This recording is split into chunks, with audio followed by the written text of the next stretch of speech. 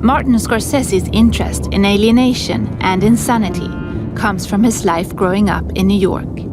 His parents were of Italian heritage, from Sicily on his father's side, which can explain his interest in the Mafia in films like Casino, Goodfellas, and the TV series Boardwalk Empire.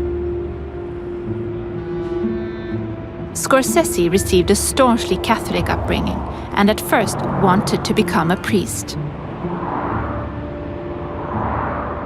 I grew up in an area that was very, very, very tough, and I saw the worst very often in people. I also saw the best. I knew what it meant to try to be of help to them spiritually, because I saw the priests trying. That's why I couldn't make it. I don't think I could. I never could. You have to be. It's a major calling to be able to be of help, whether you believe in God or not. As a child, Scorsese suffered from asthma.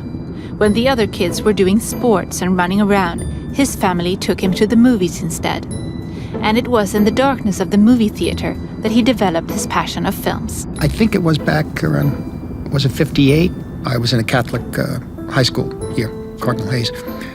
But I'd just been asked to leave a preparatory seminary, which I failed out of for years. I was intending to be a priest, and I found myself back in a Catholic high school after the preparatory seminary.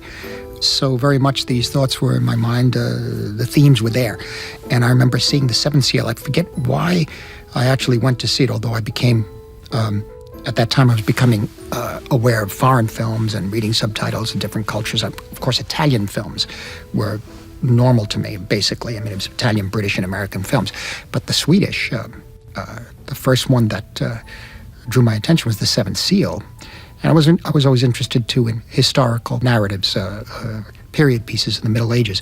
But I wasn't prepared for what I experienced watching Seventh Seal, which was a, overpowering experience, particularly in a religious sense. I don't know if I understood all of it. I don't know if I still do. I do know that it became somewhat of an obsession. I did see it many times.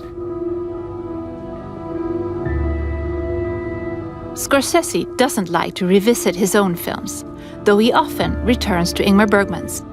In part for inspiration, but also because of his tireless desire to understand what the inscrutable Ingmar Bergman was doing. And the silence was somewhat incomprehensible to me, but beautiful. Always think about it. The problem with Ingmar Bergman's films is that they're not explanatory. Probably a couple of years before, and I would see like Monica and sexy Sweden movies, and the women, pictures of the women like splashed all over. There's probably one frame in the picture that has this, but they splash it all over the theater.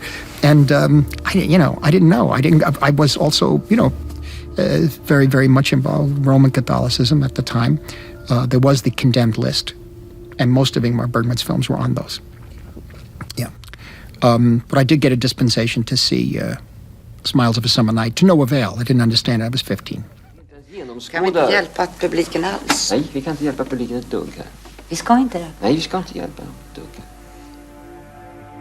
Despite Ingmar Bergman's impenetrability, Scorsese still didn't give up.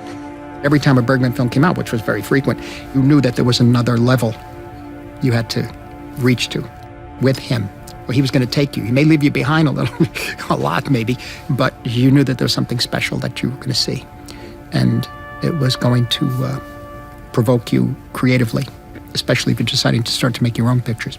The major influence, I would say, was that the inspiration of a Bergman, the opening of the mind, if at all possible, making you feel that anything can be done, storytelling, visually, and with dialogue, looking right at the camera, speaking, all of this sort of thing.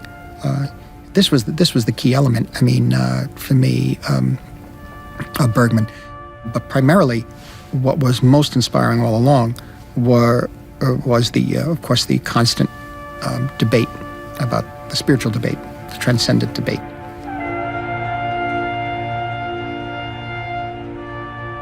That's what really started the compulsion to see the Bergman pictures, even though I didn't understand a lot what was happening. each one of the films was like a conversation with himself. It's almost as if he didn't care to see the pictures. I mean, of course you did. And I'm sure he cared. People saw the films, but at a certain point, he just made them. One continuous conversation with himself and the people around him. And we still grapple with those ideas, but they're all there. That's why his pictures are not going to be out of fashion. I read an interview, a different way of looking at things, obviously. I read an interview in the New York Times years ago